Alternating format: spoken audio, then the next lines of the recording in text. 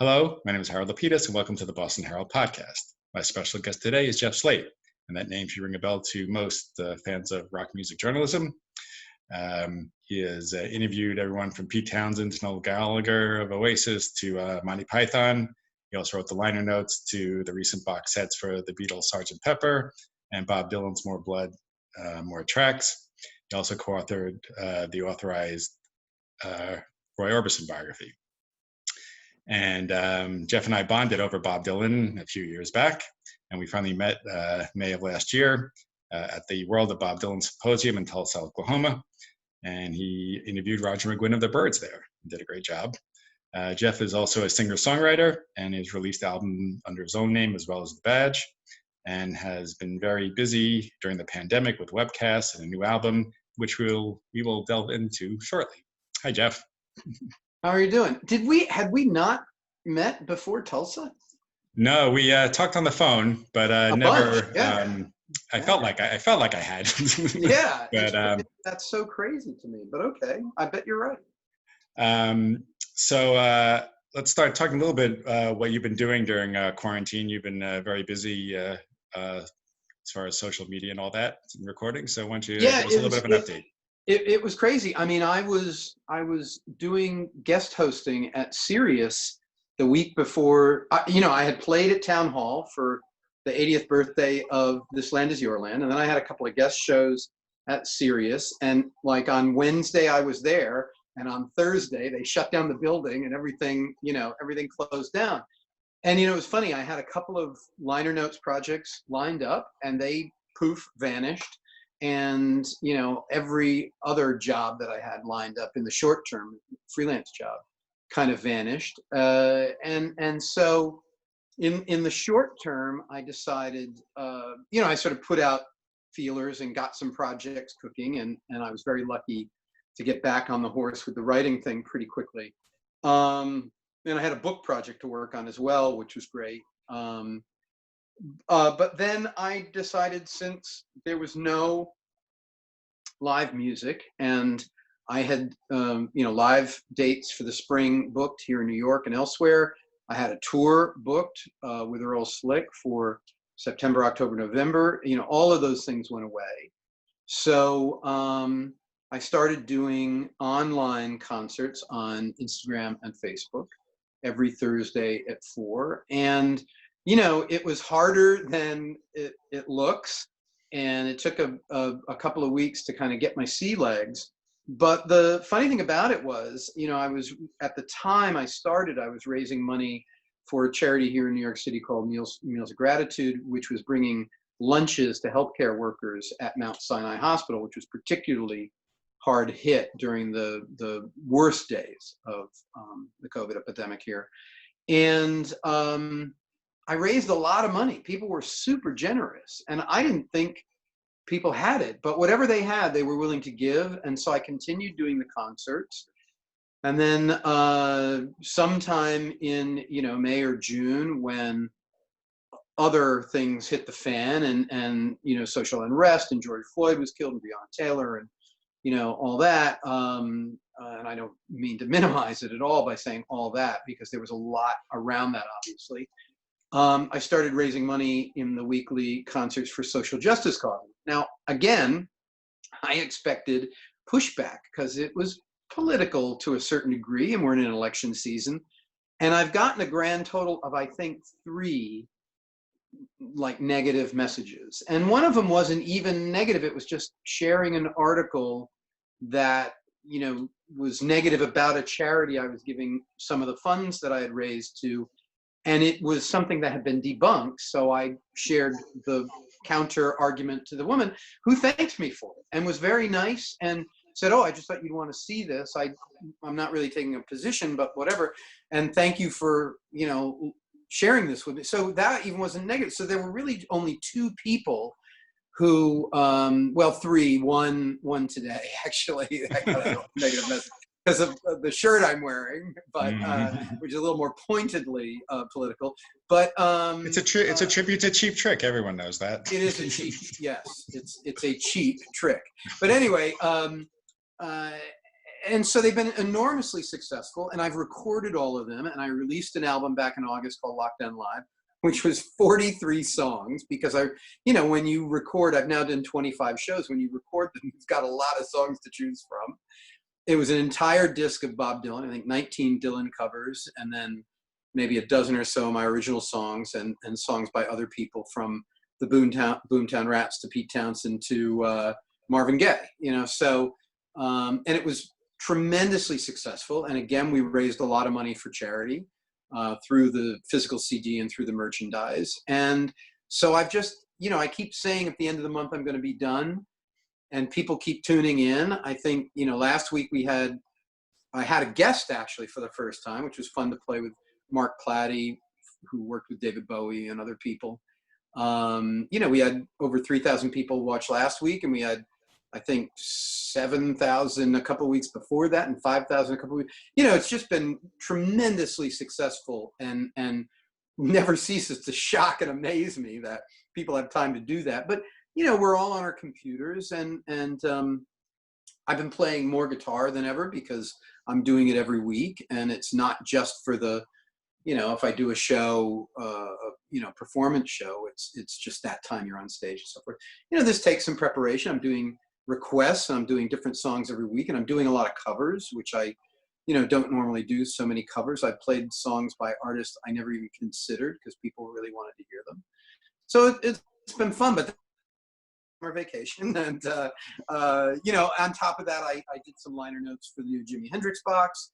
I've been doing regular spots on Sirius XM, on Channel 106 volume, and writing about, like you said, just sort of anybody of interest that I have been able to interview, Paul Weller and Bob Geldof and Nick Mason and his band, and things like that, and just writing about, whatever the rock and roll news of the day is.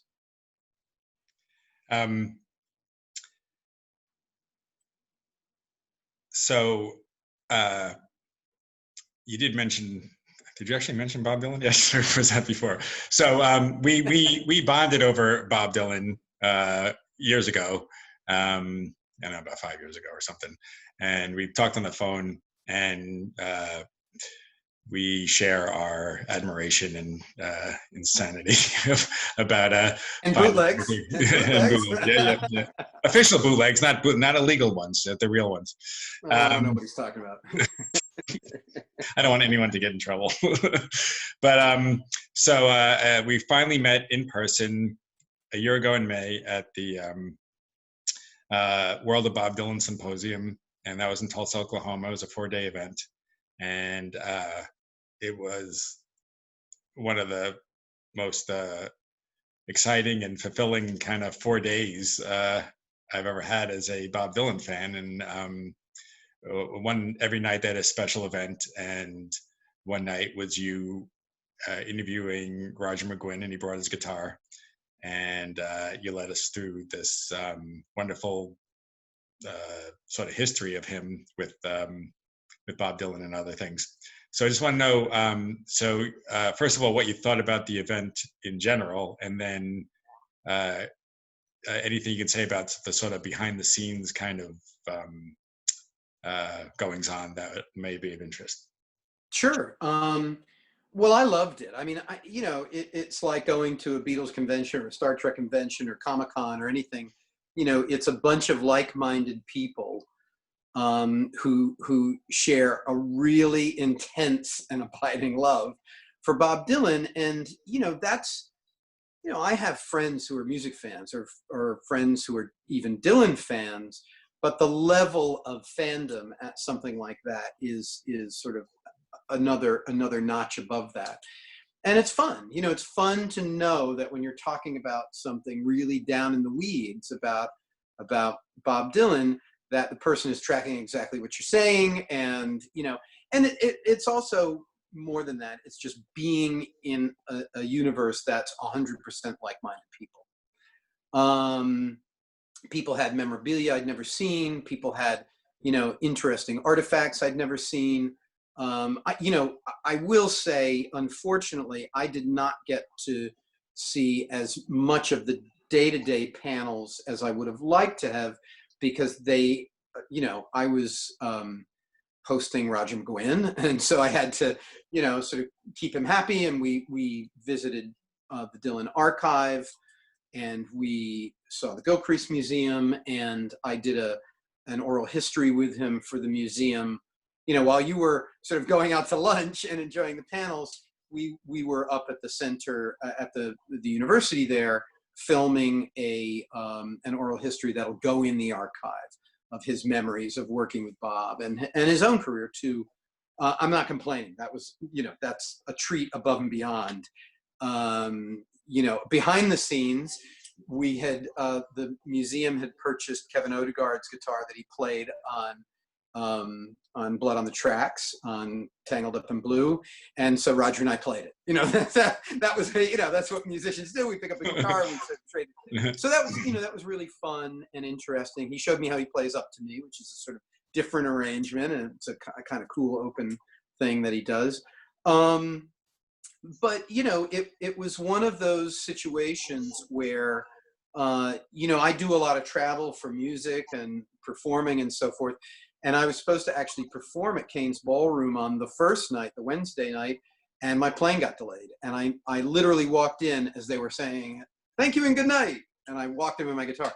So it started off a little bit stressful, but then, Roger arrived, and it was great. They had an opening for the art exhibition of Dylan's art, which was really special. And I did, like I said, I did get to see a couple of the panels. As far as interviewing Roger, I had been very fortunate because I had been working with the Dylan office on, a couple of projects. The mini documentary of the 1966 tour back about 5 years ago, and I'd written some, many articles about Dylan and had worked with them on those, and then had been asked to do the liner notes for More Blood, More Tracks. So I was, I sort of had a relationship and a track record. And when they started working with the Dylan Center, they sort of offered me up as somebody that the center could use to do things like that. And then I had a Rolodex, not just from being a journalist, but also from being a musician, because I had met Roger McGuinn back in, 20 or 30 years ago as a musician. And I was actually trying to get him to let me produce a rock album for him. That's all. A story for another time. And he said no.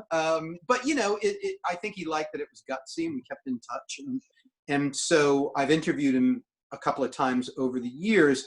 And I think it's always been a little bit different than his usual interviews, because he knows I'm a musician and we have these shared friends and interests. I mean, I had seen him when he sat in with Mudcrutch a couple of years ago when Tom Petty's band was in town.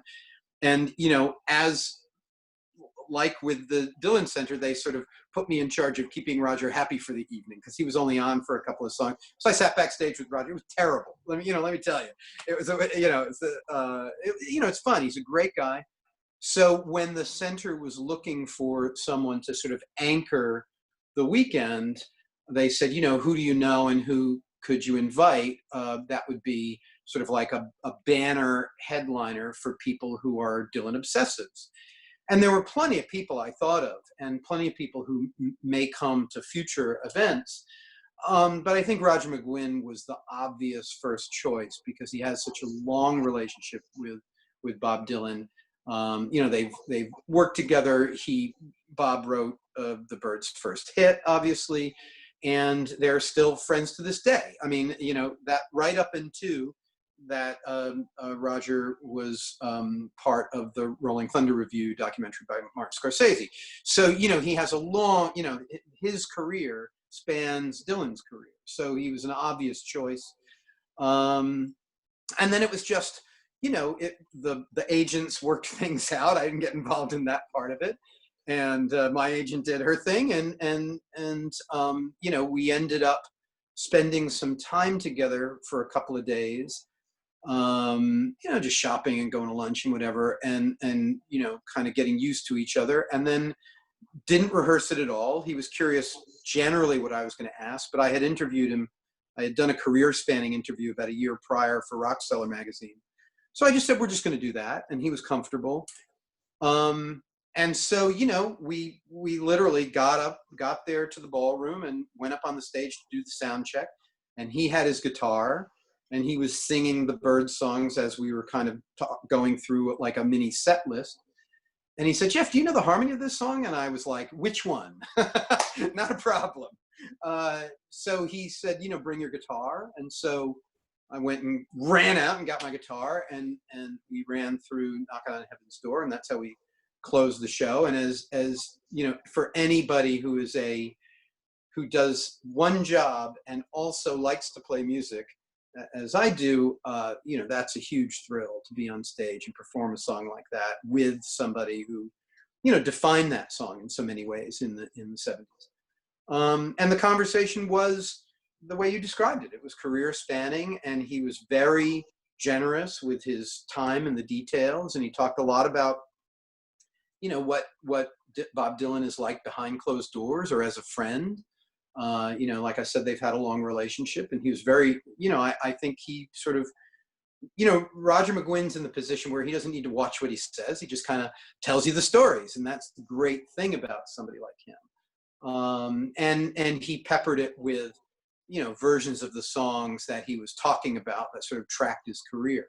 So it was a really special evening. And I got amazing feedback from you and some of the other people who came up to me afterward, or that I saw in the airport the next day, or, on the plane the next day, or, so it was one of those things that, if you weren't there, it's really hard to describe how special and unique it was. But I think people, they did film it, and hopefully one day it will be out there for people to see. I don't think it can capture sort of the uniqueness of the evening, but the record is there, and I hope people get to see it at some point when they visit the museum. I wasn't going to ask you this, but I just thought of this. What did you think of the Scorsese documentary now that you brought it up? Well, see, I had seen bits and pieces of it as it was in progress, so I knew generally what it was going to be, because that film was in the works for a very long time. So I knew it was going to look great. I knew it was going to sound great, but I didn't know any of the editorial choices or directorial choices that Scorsese was going to make. So I went to a screening, a pretty long time before it premiered, and was as shocked as anybody else to see that it was largely fictitious. But, I loved that. I didn't, there were certain choices I didn't think worked. I didn't think, for instance, Sharon Stone really worked as a narrative device. But some of the other choices I thought worked fine. It was kind of a bummer for us, Dylan fans, that Howard Hawks didn't really get his props and things like that. But we know who he is, and that's what counts, and he got credited and so forth. It wasn't No Direction Home. It was a completely different animal, and I liked it for what it was. If all you got from that is those lengthy, pristine surround sound performances from the Rolling Thunder Review and the attendant box set that we got as well, I think that's, that says it all. That's all we really needed. If you're put off by Scorsese's choices, and Bob's too, then that's maybe what they wanted to do. And Bob has always confounded with his artistic choices, and I think that's probably what they were attempting, and I think they did so successfully. So I enjoyed it. I think people take these things very, very seriously, and Monday Morning Quarterback an awful lot. And it's like, it's like McCartney says in the end, the Beatles anthology, it's the bloody Beatles White Album, deal with it. So it's similar. We got a film that we've been clamoring for a really long time, and it was beautiful and sounded great. And if you're distracted by the narrative stuff, it's, skip it. Do you happen to know if they're going to do any? Is it just going to be on Netflix? Do you know if there's going to be a physical release or anything like that? Well, I know they wanted to do a physical release. The thing with Netflix deals is a lot of times they buy up all the rights for, for those sorts of things. You know, I know there are some DVD extras planned if it ever comes to pass, but I haven't heard. And you know, the thing about Bob Dylan in particular, relative to other artists, is once he's moved on from a project, it's like it doesn't exist anymore. It's like if he's moved on from that particular moment, he's not thinking, oh, we should dig out that and put that out. It's out there. You know, he's now thinking about what's next, whether it's a new album or when it comes to the bootleg series, you know, The Office and Sony are kind of cooking up new things rather than looking backward. So I really don't know. So let's talk about you. So I thought we were. Just your early, you know, where you're from originally, and little things you can remember about it, being a kid and getting into music. What led you to be a musician and a journalist? Sure. You know, I was born in '67, so by the time the '70s hit, most of the music I really loved had kind of, you know, was not the music of the day. I mean, I had a older brothers and sisters, and a brother-in-law especially, who was a jazz musician, who introduced me to all the music I love. You know, I had discovered the Monkees on television and pulled out Revolver from my sister's record collection, because on the back, you know, I was like 3 or 4. I thought it was the Monkees. Put it on, and Eleanor Rigby scared the hell out of me. So, but I inherited some great record collections, and then my brother-in-law in particular hipped me to some sort of amazing music, Jimi Hendrix and Stones and like that, and the Who as well. And then you know, my sister took me to see the Clash when I was in 1981. And I was just a kid, and that had a real impact. My brother had taken me to see the Kinks a few years before that, I think it was. You know, there were things that were really formative, and it was a time when there were a couple of things going on. You know, the dinosaurs were kind of out there doing their greatest hits, the Who and the Kinks and like that. But there were new bands who were really amazing, like the Clash, and the sort of punk rock bands that had risen to the top. I was a Jam fan and a Clash fan, and I loved the Pistols, but they didn't last very long.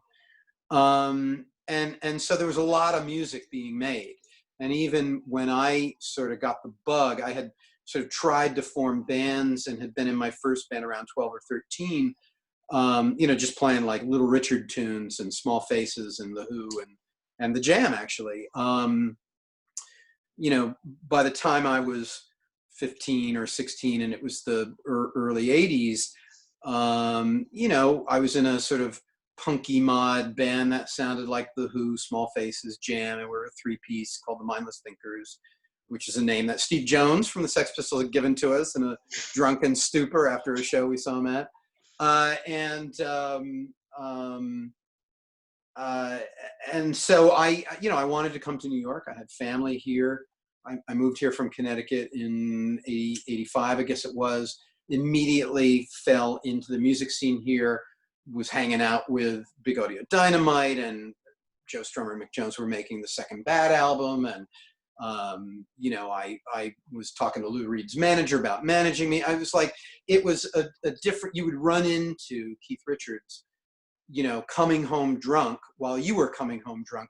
That wouldn't happen now. You know, everybody's in a town car and sort of lives this sort of rarefied life. So, you know, and you could go to shows and you could see the artists afterwards, you know, and talk to them. And, you know, I played pool with Brian Setzer after a show, and I, you know, met Pete Townsend for the first time around that time. So, you know, you'd see a Grace Jones show in the West Village, and Andy Warhol and David Bowie would be there in the audience in this little tiny club of maybe, you know, 50 or 100 people. So I got the bug, and it was all I cared about. And I was chipping away at music journalism just to kind of make a little money. But at that time, you could play in a band and get paid to do it. So it was unlike today, where it's a bit of a struggle, especially for people who are starting out. You know, I was able to make money sitting in, whether I was playing bass or guitar, or occasionally Hammond organ, you know, sort of whatever people called me for. And so, I kept doing it. I was in school. I ran into Pete Townsend at randomly at a birthday party for Tommy Hilfiger of all people, and we hit it off, and he ended up, we ended up the last two people standing essentially that night, in a drunken posse, and with him and his buddy Richard Barnes, who had named the Who and was a Who biographer.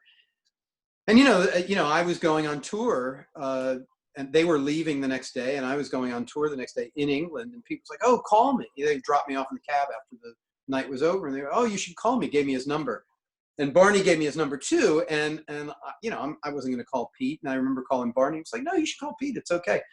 And then when Pete came to the city to put Tommy on, we got to be friends, and we were hanging out together, and music didn't really come up very much. We'd talk about favorite films and things like that, but he ended up producing me, and then that was sort of the thing that put my career on a different trajectory, because having that association, it didn't really pan out the way maybe I would have wanted to. I didn't get like a big record deal, although that was certainly talked about. People are then aware of you in a way that they weren't before. If I was just playing on Bleecker Street, playing Idiot the Wind, the way I describe in the Dylan liner notes. So, it was a lucky break, but I had also put in, 10 years or 15 years of humping along crappy clubs before I'd met him.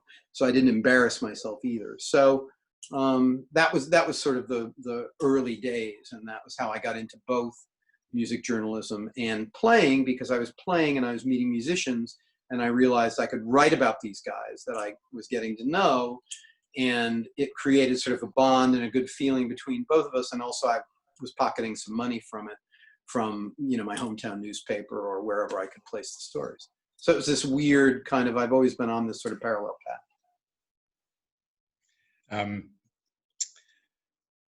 Well, you mentioned writing liner notes and so on. Let's delve into the Beatles a little bit. You got to write the liner notes for Sgt. Pepper. And first of all, it must have blown your mind to get that gig. And second of all, anything you can say about it? I mean, I know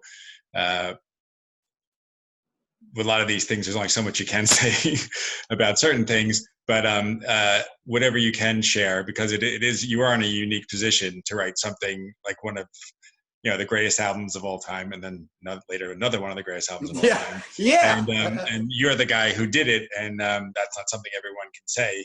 So anything you want to share about that? Well, look, it was an incredibly lucky thing.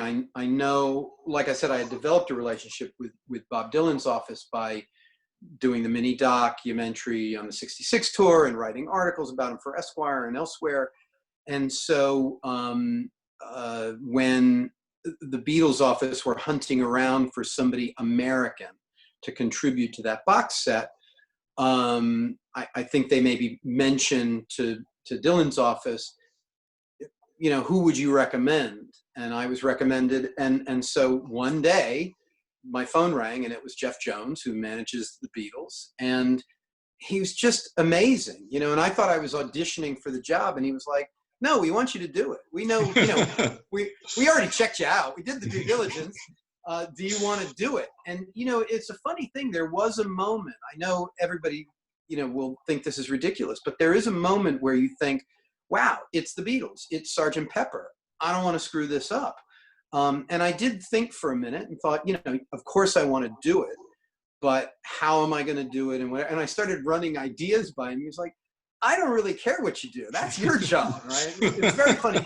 So, the strange thing is, when you work with artists who are at that level, they inevitably let you do exactly what you want to do. Now, maybe there's some editorial later on, but a lot of times when you work with, artists who are not the Beatles or Bob Dylan, they're a little more particular about how you tell the story or certain aspects of their career, or what they want, if you interview them, what they want to talk about, or so forth.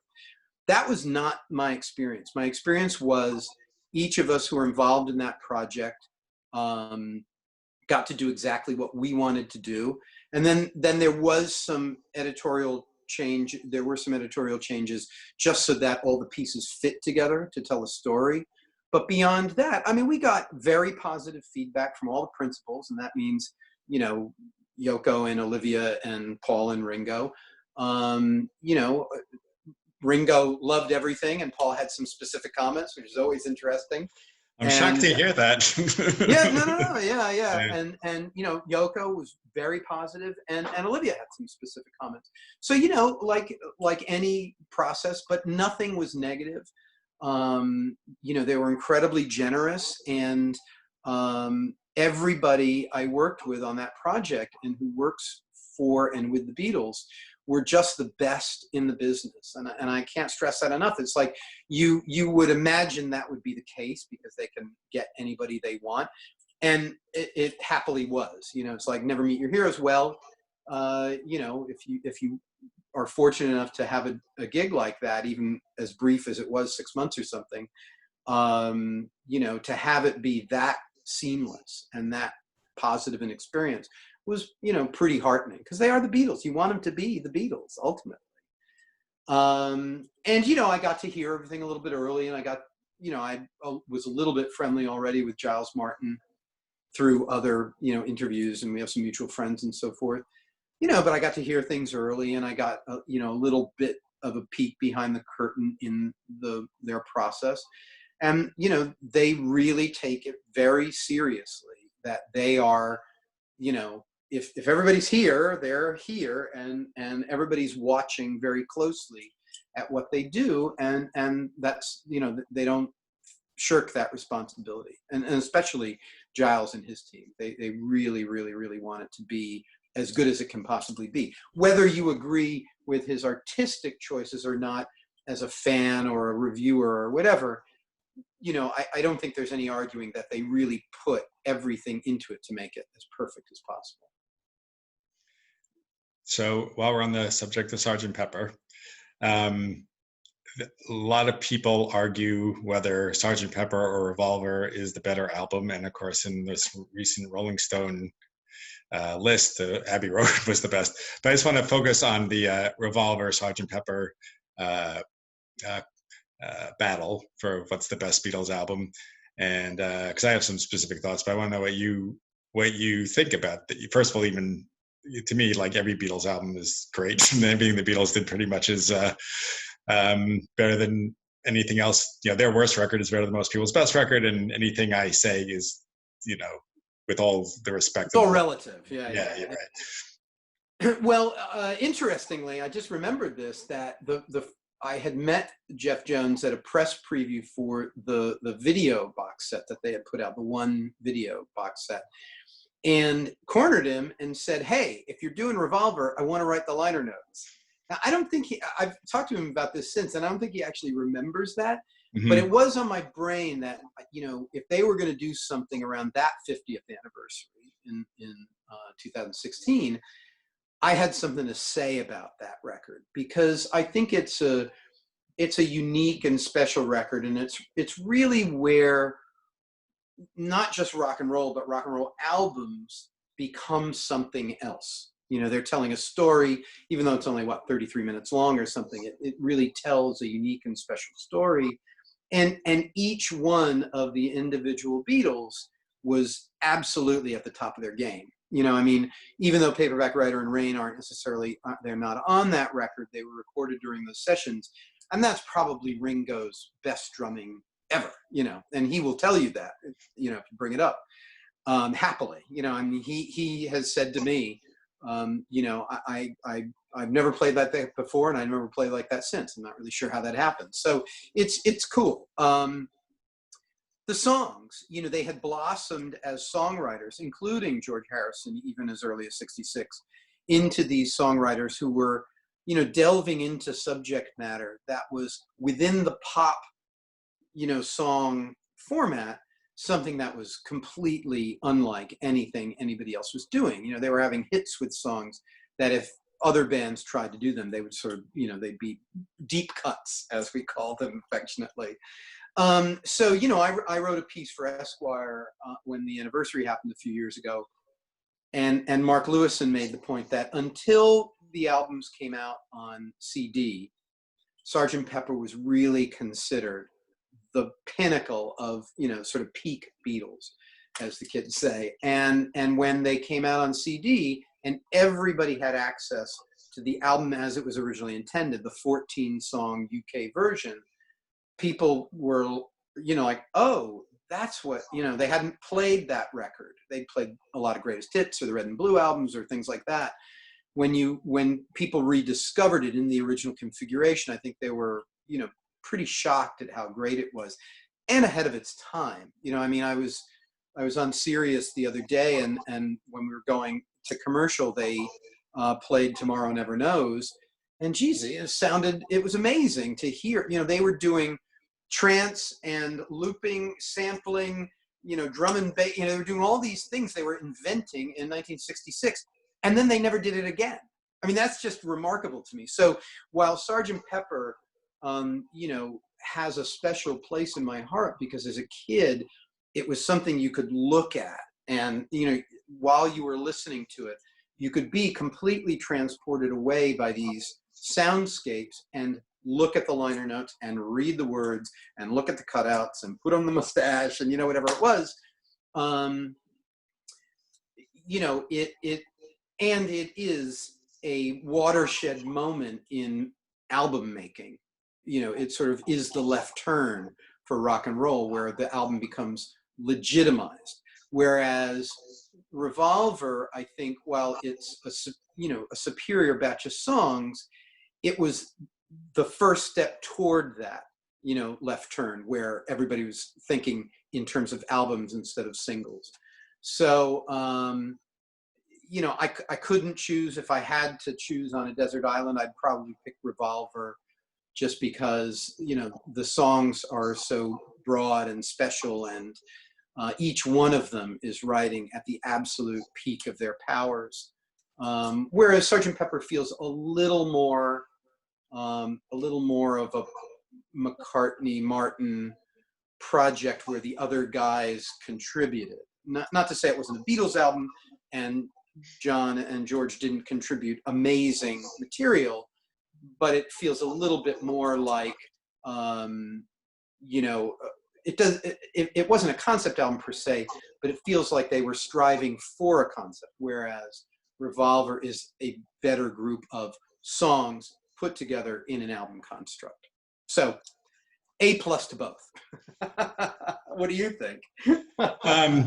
Well, I don't disagree with anything that you say. The only thing that, as an album, from beginning to end, I just prefer Sgt. Pepper because of the way it flows from beginning to end. The Revolver, John and George were already taken acid, and they are on sort of one planet, and Paul and Ringo seem to be on another planet.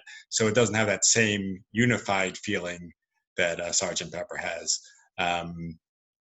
But as I say, they're both great. And yeah, look, you're right. The thing about Pepper, if you were going to draw a line in the sand and say, well, Revolver doesn't have a day in the life, that would be enough. Because a day in the life is an artistic achievement that's way beyond, that's sort of the anchor of Pepper, and rightly so. But, then you think it's got, We've Seen the Sky, and, the bookended Sgt. Pepper tracks, and, all these other really interesting pieces where they were really stretching the boundaries of sound and production and arrangement. She's Leaving Home is like, they had learned the lesson of Eleanor Rigby, and now they were sort of perfecting it, and they were making a song that, is probably a superior song, and more of a song that the two of them worked on together than Eleanor Rigby was. But again, it's hard to be critical of Revolver. I don't have a problem with whatever drugs John and George were taking at the time. I don't have any problem if we're getting I'm Only Sleeping, or Dr. Robert. I think they're really amazing songs that only John Lennon could have written. You know, people tried to rewrite those songs many times, including me. And, you know, and I think unless you're John or unless you're George and you've had that life experience, it wasn't just the acid, it was being a Beatle, you know? So it was this other lens that they were looking through. So. And we could do a whole podcast on that, by the way. Well, when you write the liner notes to Revolver, we'll have you back. I really, you know, look, I don't think there's very much. You know, I think it's difficult for them to do the earlier albums because my understanding is maybe the tapes don't exist in the same way that they do for the later records. But you know, maybe they'll go back and they'll start doing the earlier ones because they whether or not you like the remixes, it does bring the sound of the records into a more modern sphere where when you're listening to them on iTunes or Apple Music or wherever the kids listen to things these days, or YouTube for that matter, they sound, you know, in line with everything else. You know, like my kids, if they hear something by the Beatles on Spotify that has been remixed, it doesn't, you know, there isn't it doesn't sound tinny, it doesn't sound, you know, narrow in the sort of audio spectrum. If they're playing, you know, Guns N' Roses or, you know, Notorious B.I.G. next or something, you know, it's like it sort of fits in with everything else in their playlist, and I think that's really important. So, you know, I don't like when artists remix their works, but I understand why they do it. And so I'm not sure what you know about the following things, but Christmas is coming and Beatles product is usually coming. So there's a Give Me Some Truth, John Lennon improved sound collection and a book as well. There was rumors of a Plastic Ono Band box, which doesn't seem to be happening. I don't know if you know anything about. There's a rumor of a McCartney 3 album. There is an All Things Must Pass box set that was talked about. Do you know anything about any of these things, and can you share them with our audience? Well, I think, you know, anything that's a rumor that's shared, I'm going to be political about this, anything that's a rumor that's shared with the kind of detail that you've been hearing is probably, you know, there's probably some truth in it. There's a lot of hands in the pie of a big project like any of the ones you mentioned. I will say this, the Lennon box sounds fantastic. You know, Again, I'm not a super fan of remixes per se, but it's not like the old albums are going away. Those were just remastered 10 years ago, his original records, and they're all available in multiple configurations. But the new mixes, you know, John's voice is out front. It's very clear. All the instrumentation is very clear. You know, he had a tendency to bury his voice, and he did have one of the greatest rock and roll voices ever. So if we get to hear John clearer and cleaner, I'm okay with that. So I think I have very high hopes for all the projects that you mentioned, and my fingers are crossed like yours. And what do you know about, or even think about, the idea of the Get Back movie that was already supposed to be out, or that is coming out next year? And I don't know what you know about it, but even just a thought, some people think it's, it's like a remixing thing, it's rewriting history. Other people can't wait because it might be the real story or another story and so on. So what are your thoughts? Well, I was hoping to see the trailer that they put together, and then the pandemic hit and I didn't get to see anything.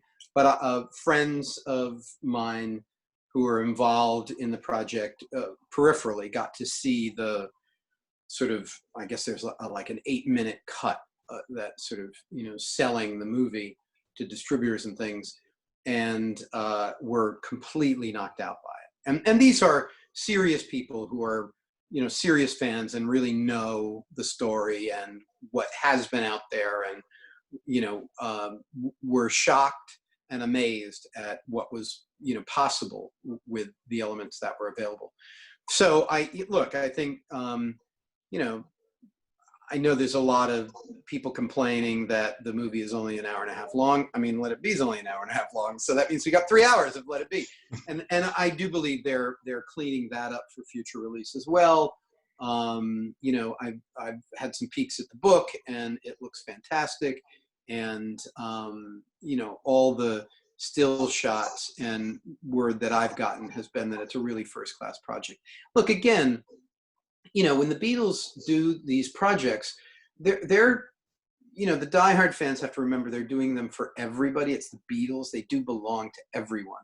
So it might not be exactly what we want, but there'll probably be some DVD extras and some things that will keep us happy and talking for many more years about, you know, anomalies in the Beatles story. But I have no doubt that the film we get will be of the highest quality and will look and sound amazing. And will tell kind of a different story, because I mean, the last time I interviewed Ringo Starr, it was just sort of percolating. And, you know, he said, you know, his view of the story had been what everybody's view of the story was, which is that they were falling apart and it was bad.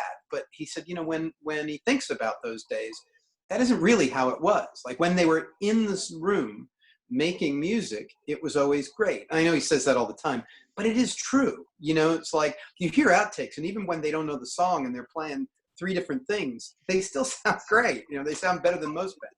So there is some magic there, and I think that that's the, you know, if we get 90 minutes of magic cleaned up and sounding great and looking great from Peter Jackson, telling a little bit different story about these guys who really loved each other but had sort of reached the end of the story, I think that's a better tale than the one that we've had for the last 50 years.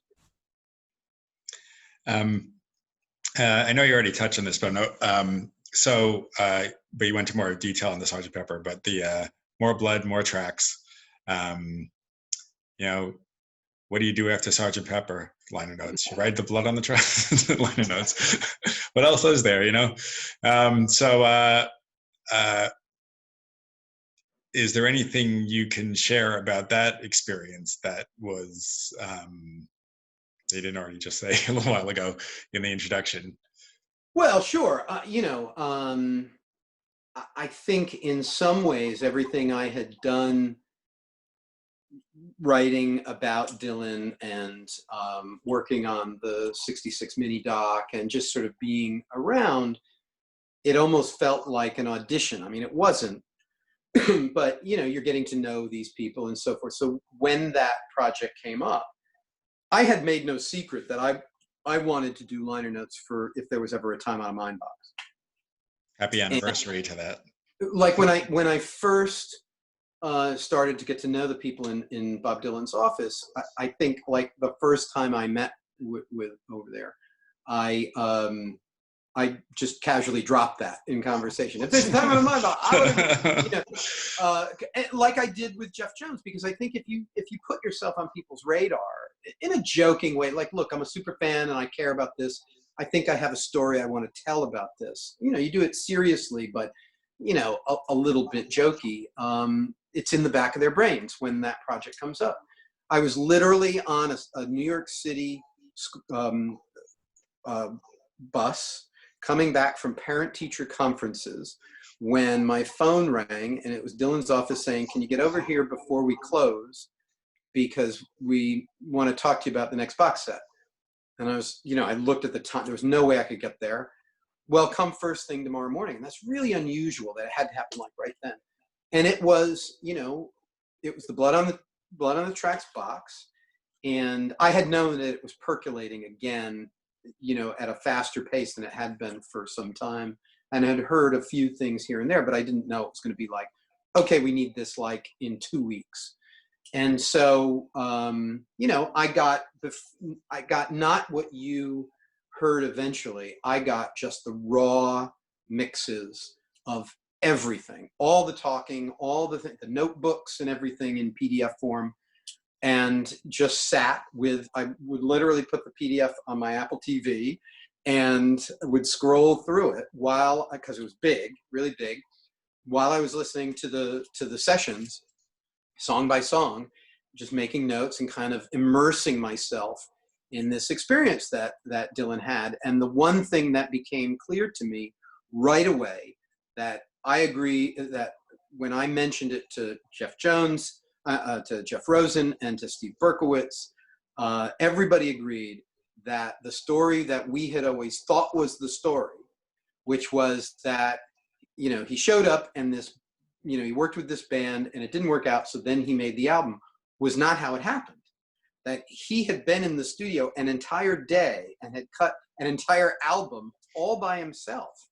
And that, you know, the conversations that they had had in the studio that day with Phil Ramone to a certain degree, much more with John Hammond, were about making sort of a freewheeling for 1974 or 5. And so that fascinated me. So when I put everything in order, I built a playlist and I put everything in date order and time order, you could see he went in there, you know, like if you listen to the musicians who are a little sour grapesy about the New York sessions, you know, he wasn't prepared, and he didn't know the songs, he didn't know the key. That's not true. He knew exactly what he wanted to do. He knew those songs backwards and forwards. And the performances, like, you know, it's funny, if you take away when the band eventually does come in late in that first day and really on the second day in New York, if you strip away on the multi-tracks the band and you just listen to Dylan, and you can do this sort of in your head if you're listening to the tracks as they are, and you just listen for his guitar and his voice, he's not making any mistakes. They can't figure out what to do. And that's really about them, not about Bob Dylan. Oh, he was hard to work with and he didn't do this and he didn't do that. As a session musician, it's your job to do your job. And so to have this, like, I know they didn't like not being credited and they didn't like being fired and they didn't like maybe they weren't treated the way they would have been treated if it was a different person. But other people have worked with Bob Dylan under similar circumstances and had delivered the goods. So, you know, my thing was, and I had not mean words or anything, but with our buddy Peter Stone Brown before he died, he was defensive about the Deliverance guys, and I just don't think they had what it took. The conclusion I came to in listening to the tapes, you know, before anybody, was that they just weren't the right men for the job, and Dylan was playing at a level that he wasn't taking any prisoners. He wasn't waiting for them to catch up. He was getting the tracks down, and if that had to be without anybody else, then he reverted to that in the third and fourth day. So that was the first revelation. The other thing was I got to spend some time with the notebooks, and that was fascinating to just read this little, you know, chicken scratch, spider scrawl that he was writing in these tiny notebooks. You know, these like 49-cent dime store notebooks that were filled with these words that were just astonishing, and the changes he made on the fly a lot of the time, you know, because he did really know those songs. So he would have the notebook in front of him in the studio and he would sing different words than what were on the page because he was really intensely immersed in the subject matter. So that, you know, that was pretty cool to get a window into that and hear everything and hear the chatter between songs and so forth that mostly had to be taken out so it would fit on CDs. So it wouldn't be like 8 CDs, mostly dead air. And you know, then there were the Minneapolis sessions.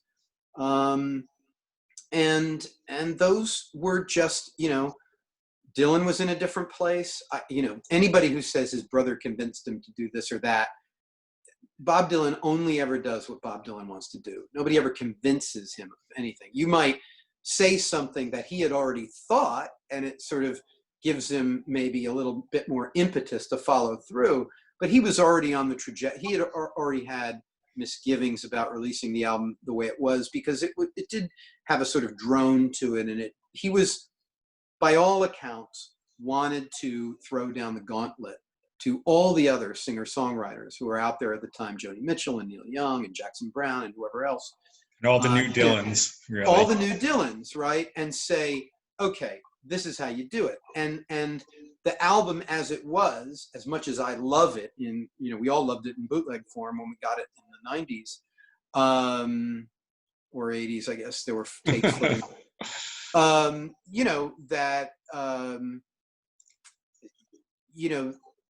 The songs, the way they were recorded in Minneapolis, elevated the songs that needed to be elevated and created a different listening experience and a more timeless listening experience that was going to sell 10 million records instead of 2 million records. And I think, and was going to be artistically a greater achievement.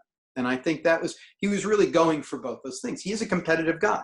If everybody's going to be called the new Dylan, he wants to be the new Dylan. And if everybody's going to sell 5 million records, he wants to sell 10 million records. I don't know what the numbers are. People are going to correct me. Right. But I don't care about that stuff.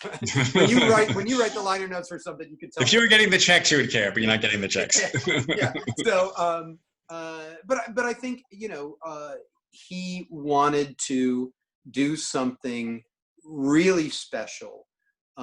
In a way that he, hadn't been driven to do in a while, and so I think he achieved that.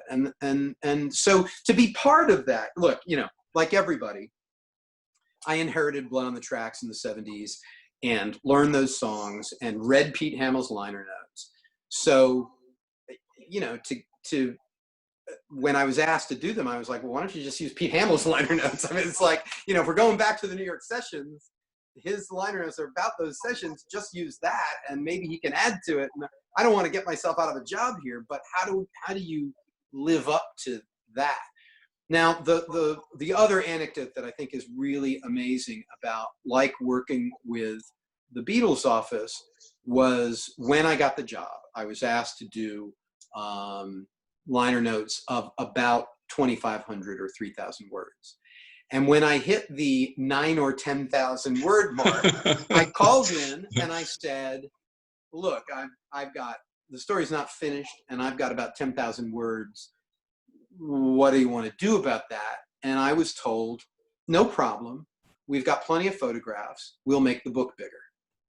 And, to their credit, there were a couple of minor things, but the editorial process was, we want you to tell the story the way you see it, which is just an incredible, remit for any writer to get. The edits that were made only improved it. They didn't change anything really per se. By all accounts, everybody involved were happy. And it's, I did finish it after doing Pepper the year before and Blood on the Tracks that year. I thought to myself, like, sort of what's next? I mean, there's sort of nothing, it's Spinal Tap, none more black. There's nothing more that I could possibly do in the writing sphere that could top that. Because I had also done, I'd done some stuff for the David Bowie Is exhibition, and I'd done the Roy Orbison book with his sons. It was like a 2 or 3 year period where, like, all of my heroes had sort of, fallen into place, and I'd gotten to do things with them.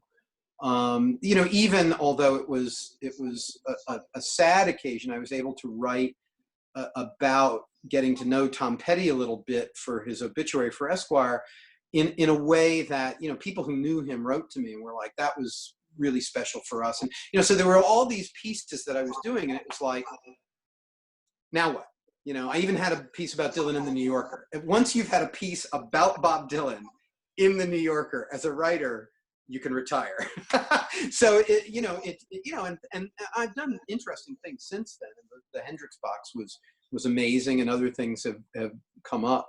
But you're right. I mean, that once you've done Pepper and Blood on the Tracks, it's kind of like everything else feels like, okay, yeah, I'll do that. But it's almost hard to imagine, even if something like Time Out of Mind or any of those projects came to fruition, I don't think it could ever feel as special as More Blood, More Tracks, because Blood on the Tracks is something that's just part of our DNA as music fans, in the same way that Pepper is.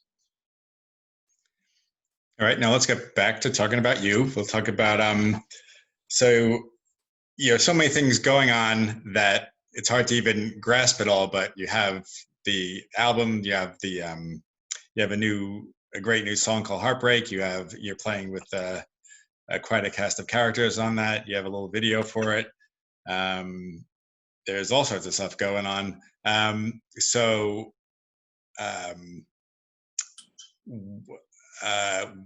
first of all, let's just talk about that song, Heartbreak, because it's a really good song. I don't know if it was a conscious thing, but well, first of all, before we get to the song, why don't you say who's on it, because it's quite impressive. So the guitars are Earl Slick and Lee Harris from the Blockheads and Nick Mason's Saucer Full of Secrets.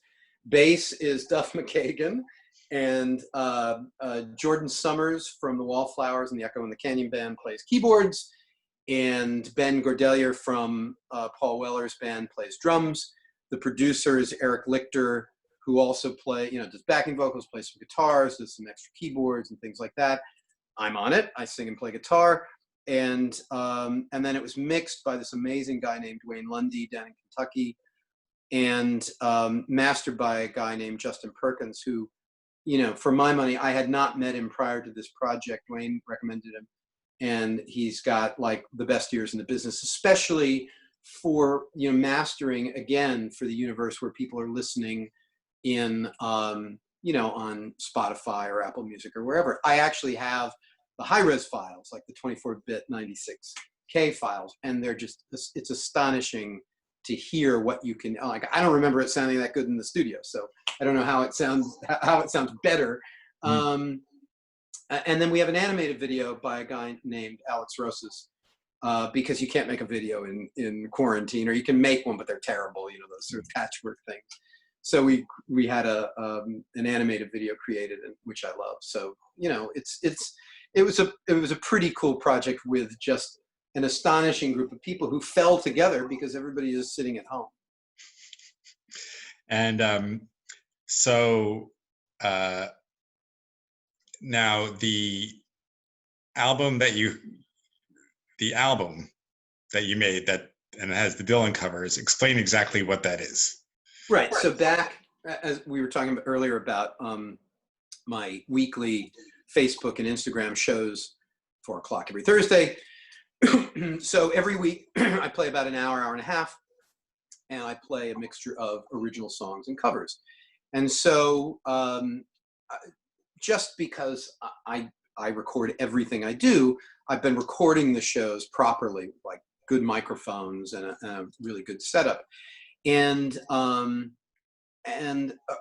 normally around Bob Dylan's birthday, my band would do a show, and we were originally going to do all of Blood on the Tracks and all of Highway 61 Revisited in a show. That obviously got canceled. So I thought, well, for Dylan's birthday, I'll do a Bob Dylan birthday show. And I took requests. So I actually ended up doing a show and a half, a show for his birthday, and then leftovers the following week. And I also had been doing Dylan songs throughout. And when I listened back to that show, because a couple of people wrote to me right afterward, like, wow, that was amazing. I didn't realize that, in all the shows I had done, you play a song and, you make mistakes. People don't necessarily notice. Mm-hmm. But if you're going to release them, you notice, oh, there's some mistakes here, or I missed a line, or I screwed up the words, or whatever. And which makes it more authentic and Dylan-esque in a way. Well, yeah, but what was interesting was there weren't any mistakes that weren't allowable. In other words, if I messed up some words here and there, they didn't change the meaning. And Bob is loose as a mother, whatever. I don't know what we can say on this podcast. I'm serious, I can swear. So but the performance was really cool. It didn't sound. I never play those songs. It was just the request that I got for that week, and it was cool. And so I sent everything from the previous, at that point, about 15 or 20 weeks to the engineer I work with and said, just do rough mixes of all of these and send them back to me. And so at that point, I think I had about 500 songs, which I put into little playlists. And one was Bob Dylan, and one was sort of a sort of fantasy set list of everything I'd done to date. And I thought, you know, I was going to give them away. And then I thought, well, I could raise some money for charity. So that then became what got released as Lockdown Live, which is a 2 CD set with 43 songs, 19 of them on disc 2, which is a Bob Dylan disc. And it, you know, it covers his whole career. Well, I didn't do anything, I have since, but I didn't do anything probably post 90s. But, you know, it went all the way from Lonesome Death of Hattie Carroll and Mr. Tambourine Man. I did Every Grain of Sand. I did, you know, 3 or 4 songs from Blood on the Tracks, Forever Young. I mean, you know, like everything, and some, well, Every Grain of Sand, you know, some deep cuts that people weren't expecting. But like I did Like a Rolling Stone acoustic. I'd never played Like a Rolling Stone by myself. I'd played it 100 times or 1,000 times with a band. So it was fun to, and I didn't really rehearse it. I just sort of did it in the moment, which I think is the best way to do Dylan songs, that, you know, you don't know what's going to happen until it happens. And so that gave me the impetus to do the disc 1, which was much harder to put together because there wasn't an obvious set list and there were a lot of choices to be made. You know, there were like multiple versions of each song, or many of the songs. But, you know, I covered John Prine, I covered Warren Zevon, the Psychedelic Furs and Pete Townsend. You know, it's like, it's all over the place, and a bunch of original songs. And so we raised a ton of money for charity, and that felt pretty good. But with regard to Heartbreak, you know, I was supposed to be out on tour right now with Earl Slick, and we were Why don't you explain who Earl Slick is? I mean, sure. So I know, but some of our listeners might not know. Sure. So Earl Slick was a guitar player who was on David Bowie's live album from 1974 from the Diamond Dogs tour. Mm-hmm. Toured with him on that tour, and then made Station to Station, well, Young Americans, and then Station to Station with him. That's all Earl, all those screaming guitars on Station to Station that we all know and love. Then came back and worked with him again around Serious Moonlight, did that tour. Then came back and worked with him again around 2000 and did some of Heathen and Reality and The Next Day, and, you know, toured the world with him in the early 2000s for that 3 or 4 years that David Bowie was out on the road. In the interim, he worked with everybody else, you know, George Harrison, Ringo Starr, Carl Perkins, Dave Edmunds, and Ian Hunter, and, you know, everybody who's sort of anybody, as well as in the band Phantom Rocker and Slick in the 80s. Keith Richards he played with, and Mick Jagger. He plays the guitar on Dancing in the Streets, which is the Bowie Jagger cover that they did for Live Aid. And also played on John Lennon's last sessions for Double Fantasy and Milk and Honey, and was going to do the tour with John in 1981.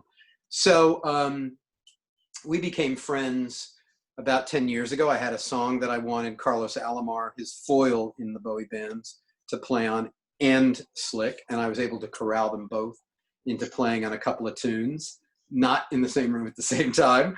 And we hit it off, and we became really good friends and started doing shows together and writing together, and, you know, just working together. He stayed at my house, and we're just really, really close friends. So we were going to do this tour this fall, and we were going to make an album, as you do, to sell at, you know, as merchandise. And so when the pandemic happened and he was stuck because he had been on tour with Glenn Matlock in the UK, Glenn Matlock from the Sex Pistols, he just said, you know, keep writing and make a record on your own over there. So I started working with a producer remotely, and I had sort of, you know, maybe 15-ish songs for a record, and some of them were okay, but I was making a record the way you would make a record on a deadline. You know, I'm a creature of habit. I've made a record every couple of years of my life, whether I have the songs to do it or not. And when Heartbreak and a couple of other songs sort of rose to the top, the producer and Slick and some other people pointed out, you know, why don't you keep writing, since there's no real deadline for this, and we'll just release 1 or 2 or 3 until we have an album. And I think the focus on one song, made the song better and gave us a roadmap, because I had been trying to make a record that sounded like a cross between sort of Tom Petty, Echo, and Time Out of Mind, which is not easy to achieve if you're not Tom Petty or Bob Dylan, by the way.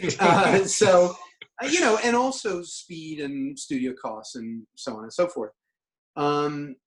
So this became, a sort of my own version. We're not trying to make a record that sounds like that, but with those things as jumping off points.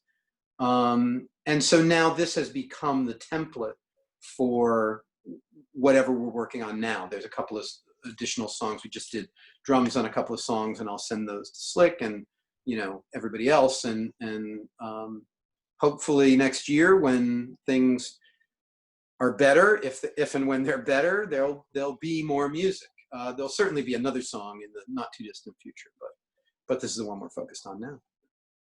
I'm glad you mentioned the Petty and Time Out of Mind. Like I didn't particularly think of either of those things, but I did understand that kind of sound. But I was just wondering, or was it a conscious thing to write a song called Heartbreak and then have it a Tom Petty kind of influence? Do you think that was something? Wow! No, nobody had pointed that out. I'm going to use that now in interviews. No, wow, how funny. No, I'll tell you what happened. So, working on Blood on the Tracks was incredibly inspiring as a writer and just in an artistic sense, but also as a songwriter. And look, this song, any song, is not of that caliber, and I would never claim that it is. However, anything that inspires you to dig deeper, reach higher, is a good thing. And so, a lot of times I'll write 2 verses or 3 verses, and that's the song. And Dylan's trick is he keeps writing and writing and refining and refining. And I think that was what happened with this song and what's happened with the other songs. There were, like I said, there were 10 or 15, and now there's really just 3, because I threw out the rest of them. And I focused on making the 3 or so we're working on right now as good as possible. I was having this conversation about a new song the other day with the drummer, Ben, from Paul Weller's band. Like, you think this song needs a 3rd verse? And he's like, no, it's perfect as it is. And I'm like, I think it needs a 3rd verse. And he's like, no, Jeff, it's perfect. He's like, I'm like, why am I listening to the drummer? No. But I think it's a good thing when you have the ability to take your time and question yourself, not overly so, because you want the magic to sort of be available to you, of just kind of being inspired and creating in the moment.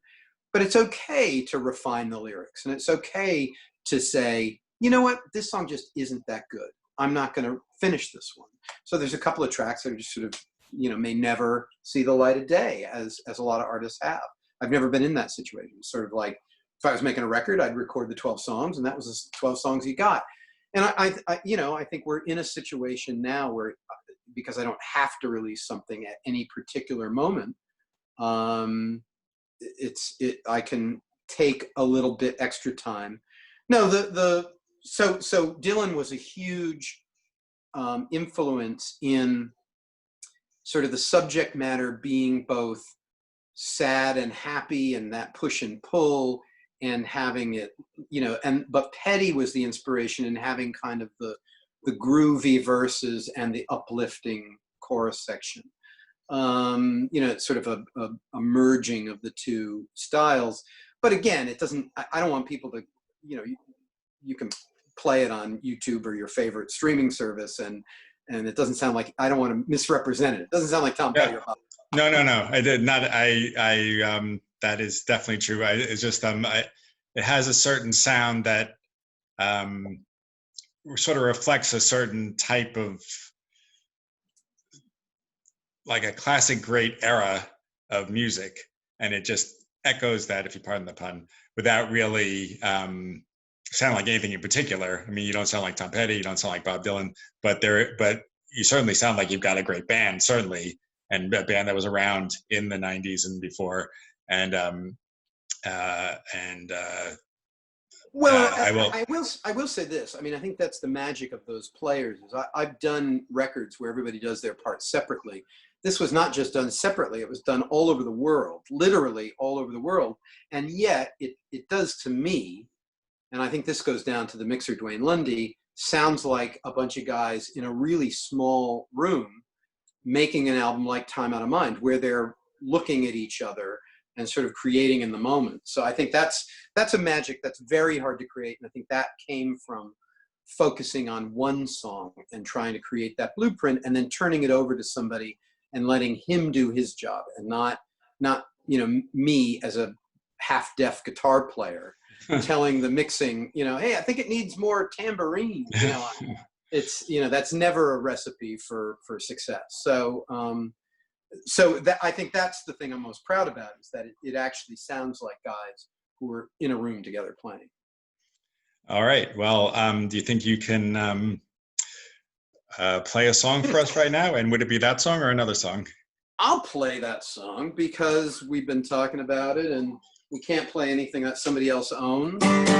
And I'll just say that this will be accompanied by a webpage, and there'll be links to the little video clip and whatever else you want, and all Jeff's web pages and all that. So whatever will be up online, you'll be able to access that as well. And you'll hear exactly what we're talking about. But right now we're going to hear Jeff Slate performing Heartbreak.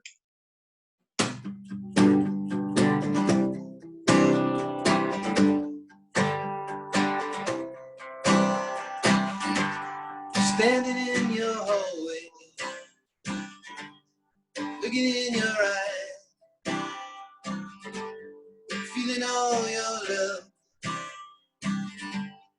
telling all your lies.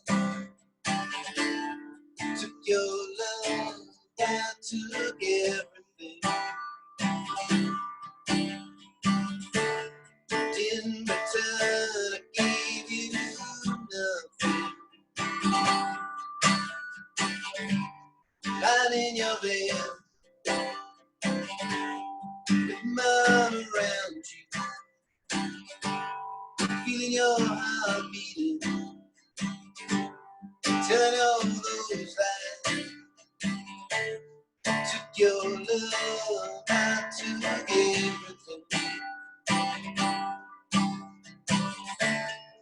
In return, I gave you nothing. But heartbreak, heartbreak, heartbreak, yeah, heartbreak. But you gotta live life like you gonna die. You gotta live a choice that will change your life. Looking at your picture, waiting for your call. Trying to find the courage, facing all those lies. Took your love, I took everything. In return, I gave you nothing. But heartbreak, heartbreak, heartbreak, yeah, heartbreak.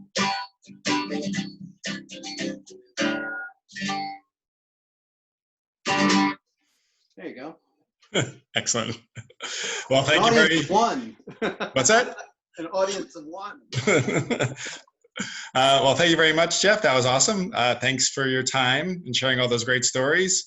And as I said, there'll be an accompanying webpage, and you'll see all of links for, I assume you're continuing the quarantine stuff, the webcasts, or? Yeah, I'm actually gonna venture out a little bit, might do a couple of duo things outdoors. Like I said earlier, I had Mark Platty here. We sort of sat 6 feet apart on my couch and did it here with the windows open and the sort of, as best as we could. But he's negative and I'm negative, and I have antibodies, so we're probably safe. I'm going to do one with Earl Slick. I'm going to do one for Tom Petty's birthday with Mark Bosch from my band. Mark plays with Ian Hunter and everybody else. And then who knows, when November comes and it gets colder, it's hard to really tell where we're going to be at. But I have a feeling more ways than one. Yeah, I mean, I have. Yeah, well, there's that too. I think we'll probably be inside, and I will probably continue them. And as long as people watch them and support them, and donate to the charities, I'm happy to do them. Excellent. It reminds me it's Thursday, which is it's like anything. The thing about living in quarantine and the lockdown that we've had is it's hard to tell what day of the week it is. So if I know that a show is coming up in 2 days, I know it's Tuesday because the show is on Thursday. Yeah, we just call it Blur's Day around here. Well, yeah. Well, it's that too. Anyway, this is fun. I appreciate it. Well, thank you for your time, and take care, and catch Jeff online and buy his records and watch his video. Excellent. Thanks so much. All right. Take care.